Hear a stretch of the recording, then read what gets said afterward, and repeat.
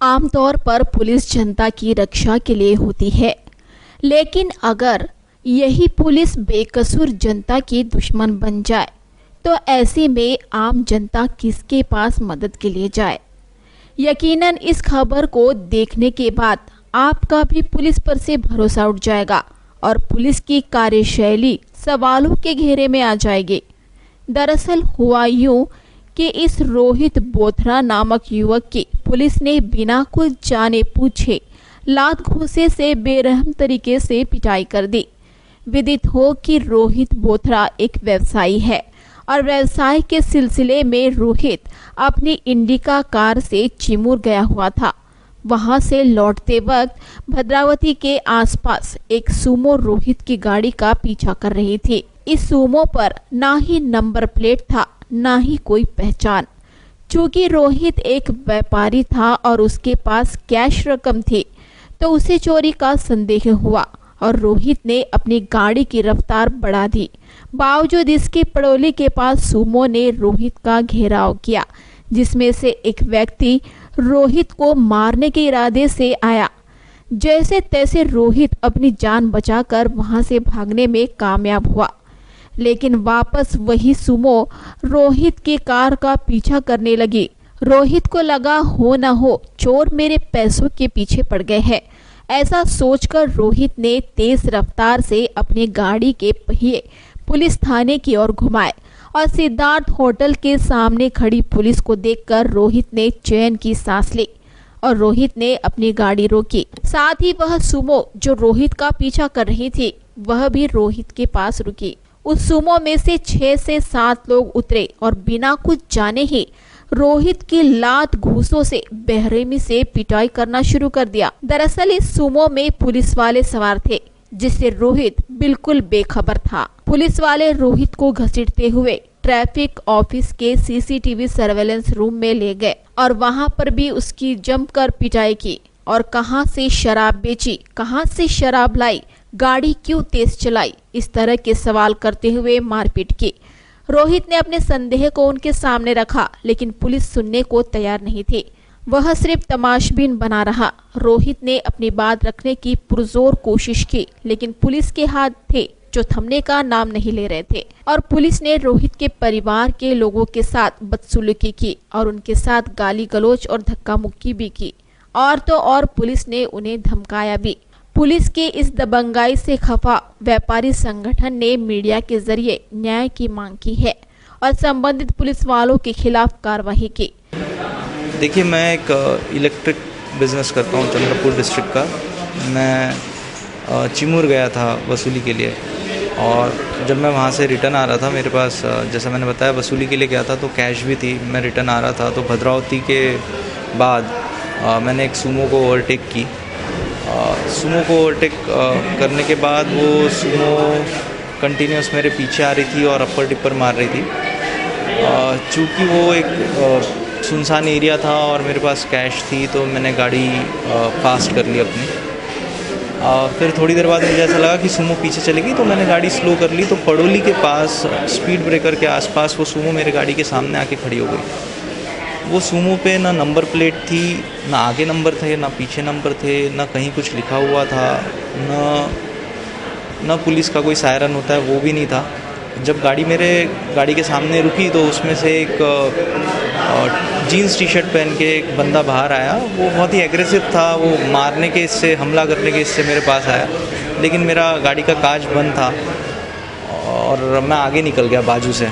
मैं कैसे तो भी बच के भाग गया वहाँ से।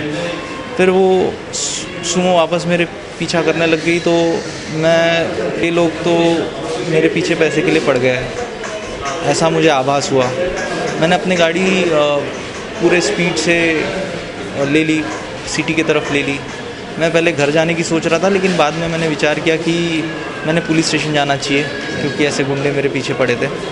तो मैंने गाड़ी अपनी बरोरा नाके के बाद तुकुम के फ्लाईओवर से नीचे उतारी। वहाँ सिद्धार्थ होटल के सामने पुलिस वाले ऑलरेडी खड़े थे तो मुझे काफ़ी अच्छा लगा। वो रिलीव्ड कि अब काम हो जाएगा, पुलिस वाले हैं यहाँ पे। तो मैंने जब गाड़ी वहाँ पे रोकी तो मेरे पीछे से सूमो भी आके मेरे बाजू में रुकी। सूमो में से 6 बंदे उतरे, 6 से 7 लोग रहे होंगे। उन्होंने मुझे मारना शुरू कर दिया। वहाँ पे खड़े जो ट्रैफिक वाले और पुलिस ड्रेस में जो लोग खड़े थे उन्होंने कुछ नहीं किया। ये लोगों ने मुझे काफ़ी देर तक वहाँ घसीटा, मारा, रोड पे लात लात से मारा। उसके बाद मुझे वैसे ही घसीटते हुए ट्रैफिक पुलिस ऑफिस के अंदर सीसीटीवी सर्विलेंस रूम के अंदर लेके चले गए। मुझे बाहर तो काफ़ी मारा, अंदर भी फिर वो लगातार मारते रहे और ये बोलते रहे कहाँ दारू बेचा, कहाँ से दारू ला रहा था, क्या गलत काम करके आया तू, गाड़ी क्यों फास्ट चला रहा था। तो मैंने बोला गाड़ी आपकी गाड़ी मेरे पीछे थी इसलिए मैंने गाड़ी फास्ट चलाई और आपकी गाड़ी पे कहीं कुछ पुलिस का निशान नहीं था, नहीं तो मैं गाड़ी रोक देता था। खैर उन्होंने मेरी कोई बात सुनी नहीं, मारते चले गए और मुझे बोलते गए कि कहाँ बेचा, किसको बेचा और क्या धंधा करता है, गांजा मारा है क्या, दारू पिया है क्या। फिर उसके बाद वहाँ पे पीआई आ गए, उन्होंने भी मुझे काफ़ी मारा, उन्होंने मुझे बहुत मारा हाथ से और पुलिस की छड़ी से मारते चले गए वो मुझे, मेरे पूरे हाथ पे और कमर पे उन्होंने उससे मारने लग गए। उसके बाद वहाँ के पीएसआई इंगड़े आए, वो पूछताछ करने के लिए बैठे नाम क्या है और जनरल पूछताछ करते करते उन्होंने भी मारना शुरू कर दिया। यानी बिना बात के वहाँ पे सब लोग मारने लग गए थे। और मैंने उन्हें बताया कि मैं एक अच्छे घर से हूँ, मैं एक बिज़नेसमैन हूँ, मैं अपने बिज़नेस के सिलसिले में गया था। उन्होंने मेरी सारी बात को नज़रअंदाज कर दिया और बस मारते चले गए। उसके बाद फिर जब मेरे भाई और मेरे पिताजी आए वहाँ पे, उन्होंने उनके साथ भी बदसलूकी की, उन्हें गंदी गंदी गालियाँ दी। मुझे तो शुरुआत से ही गंदी गालियाँ दे रहे थे, उन्हें भी गंदी गंदी गाली दी, धक्का मुक्की की उनके साथ, उन्हें बाहर धकेल दिया, अंदर आने नहीं दिया। जबकि मैं ट्रैफिक पुलिस के सीसीटीवी सर्विलेंस रूम में था, मैं लॉकअप में नहीं था। और उसके बाद फिर उन्होंने मुझे 2 घंटा और रखा वहाँ पे, बिठा के रखा वहाँ पे। और फिर मेरा मेडिकल करने लेके गए सूमो से मुझे गवर्नमेंट ऑफिस में, वहाँ मेरा मेडिकल हुआ और वापस मुझे लेके आए। वहाँ पे मुझे बोला और धमकियाँ भी दी गई मुझे कि 3 दिन तक तुम्हें रख लेंगे हम, लाइफ बर्बाद कर देंगे, उल्टा टांग के मारेंगे, ये सब मुझे बोला। और फिर मुझे रामनगर पुलिस स्टेशन रेफ़र कर दिया। पहले तो मुझे ये भी कहा था 307 की कलम लगेंगी और मेरे पिताजी और भाई को ये बताया गया था, उन्हें कुछ बताया ही नहीं पहले तो, बस उन्हें इतना बता दिया तुम्हारे भाई ने 3-4 लोगों को कुचल दिया है करके। तो वो खुद भी बहुत शॉक हो गए थे और उस कारण से उन्होंने कुछ बात नहीं कर पाए वो आगे। उसके बाद इन्होंने 2 घंटा रोक लिया, रात काफ़ी हो गई, हम भी किसी प्रोमिनेंट कोई पर्सन के कांटेक्ट में नहीं रहे जब ज़्यादा रात बढ़ गई तो। फिर उसके बाद उन्होंने हमको मेडिकल होने के बाद 289 की कलम लगा के काफ़ी समझाने के बाद, क्योंकि वो पहले तो 307 ही बोल रहे थे कि 307 ही लगेंगी आप पे, और काफ़ी समझाने के बाद फिर उनको बताया कि ऐसा कुछ था ही नहीं मैटर। तो फिर उन्होंने 289 की कलम लगा के रैश ड्राइविंग का केस बना के रामनगर पुलिस स्टेशन भेज दिया हमको। वहाँ पे फिर मैंने बेल ली और फिर उसके बाद मैं वापस आया सरकारी हॉस्पिटल में। यहाँ मैंने वापस से मेडिकल कराया अपना पुलिस वालों के अगेंस्ट में, और फिर मुझे यहाँ सलाइन वगैरह भी लगी है, डॉक्टर गांधी थे यहाँ पे उस टाइम पे। और मुझे यानी मेरी गर्दन में मूवमेंट नहीं है, मेरा एक कान प्रॉपर फंक्शन नहीं कर रहा है, मुझे सुनाई नहीं दे रहा है ठीक से। बाकी जो शरीर में तो घाव है वो आपने देखी है। तो मैं बस आप एक मीडिया है, मैं ये चाहता हूँ आपके माध्यम से बोलना चाहूँगा कि जो मेरे साथ हुआ है वो आगे किसी और के साथ नहीं होना चाहिए। तो ये चीज़ नहीं होनी चाहिए, इसके लिए मुझे इसके अगेंस्ट में एक्शन लेनी है। और मैं जो भी हो, मैं जो करना पड़ेगा मैं करूँगा। लेकिन जिन लोगों ने मुझे मारा है और बिना कारण से मारा है, मैं चाहूँगा कि उनके अगेंस्ट में बिल्कुल एक्शन ली जाए। इस सनसनीखेज खबर ने वाकई पुलिस की कार्यशैली पर प्रश्न चिन्ह खड़ा कर दिया है। ऐसी करतूत दोबारा किसी के साथ न हो, इसलिए इस पर एक्शन लेने की बात व्यापारी मंडल ने की है। सारड़ा चंद्रपुर व्यापारी मंडल का कार्याध्यक्ष हूँ।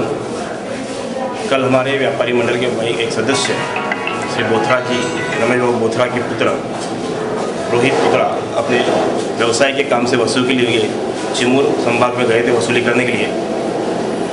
वसूली करते आप लोगों ने वो एक बगैर नंबर की गाड़ी जिसमें सिविल ड्रेस में लोग थे, उन्होंने उसका हाथ दिखाया। तो एक व्यापारी वसूली करके आता है तो उसे ऐसे लोग मिलते हैं तो उसे मन में शंका थी कि भाई गलत एलिमेंट्स तो नहीं है, इसलिए वो वहाँ रुका नहीं, अपना आगे आया। आगे आने के बाद पुलिस ने उसकी गाड़ी को ओवरटेक करके पकड़ा। उस बच्चे के मन में आया था कि शायद बैड एलिमेंट्स है, इसलिए मैं रामनगर पुलिस स्टेशन जाऊँ। रामनगर पुलिस स्टेशन जाने का प्रयास कर रहा था, उसके पहले उसे रोका गया ट्रैफिक ऑफिसर सामने, और उसके साथ में एक निंदनीय घटना हुई।